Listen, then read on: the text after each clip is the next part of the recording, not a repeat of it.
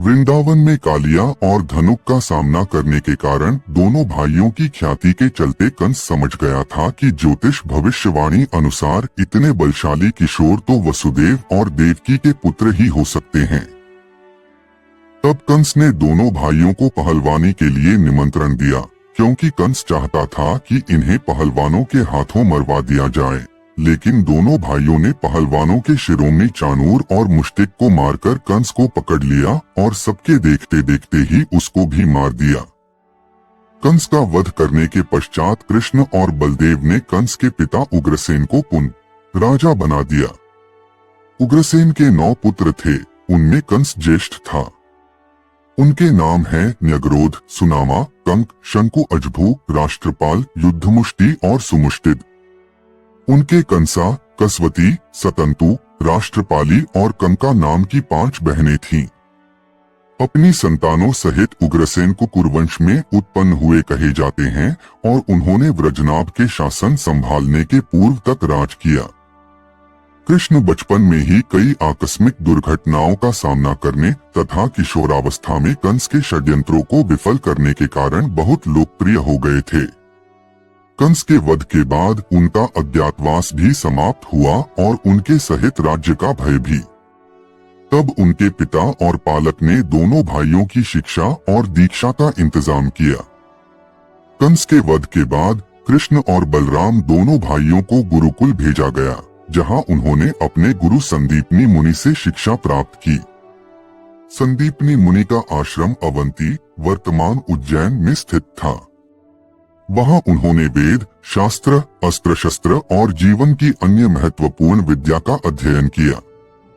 गुरुकुल में रहते हुए दोनों भाइयों ने अल्प समय में ही संपूर्ण ज्ञान प्राप्त कर लिया, जिससे उनके गुरु अत्यंत प्रसन्न हुए।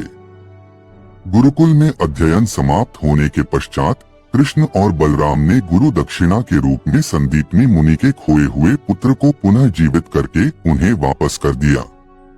इसके बाद दोनों भाइयों ने मथुरा लौटकर अपनी जिम्मेदारियां संभाली। इस बीच मथुरा पर जरासंध ने बार बार आक्रमण किए, क्योंकि कंस का वध करने के बाद कृष्ण और बलराम से उसका विरोध हो गया था। कृष्ण ने हर बार मथुरा की रक्षा की, लेकिन जरासंध की लगातार बढ़ती शक्ति को देखते हुए कृष्ण ने अपने राज्य और प्रजा की सुरक्षा के लिए मथुरा को छोड़कर द्वारका का निर्माण किया। द्वारका समुद्र के किनारे स्थित एक अभेद्य और सुरक्षित नगरी थी, जिसे भगवान विष्णु के निर्देशानुसार कृष्ण ने बसाया। द्वारका में स्थापित होकर कृष्ण और बलराम ने अपनी प्रजा को सुरक्षित और सुखी जीवन प्रदान किया। द्वारका बसाने के बाद भगवान कृष्ण ने अपने राज्य को समृद्धि और सुरक्षा प्रदान की। द्वारका नगरी समुद्र के बीच एक अद्वितीय और सुरक्षित स्थान पर बनाई गई थी, जिससे वह शत्रुओं के आक्रमण से बची रही। इस समय कृष्ण ने कई महत्वपूर्ण कार्य किए और अपनी भूमिका को एक कुशल राजा और संरक्षक के रूप में निभाया। इसके बाद कृष्ण का विवाह रुक्मिणी से हुआ, जो विदर्भ के राजा भीष्मक की पुत्री थी। रुक्मिणी कृष्ण को पहले से ही मन, वचन और कर्म से अपना पति मान चुकी थीं, लेकिन उनके भाई रुक्मी ने उनका विवाह शिशुपाल से तय कर दिया था। रुक्मिणी ने कृष्ण को संदेश भेजा और कृष्ण ने रुक्मिणी का हरण कर उनसे विवाह किया।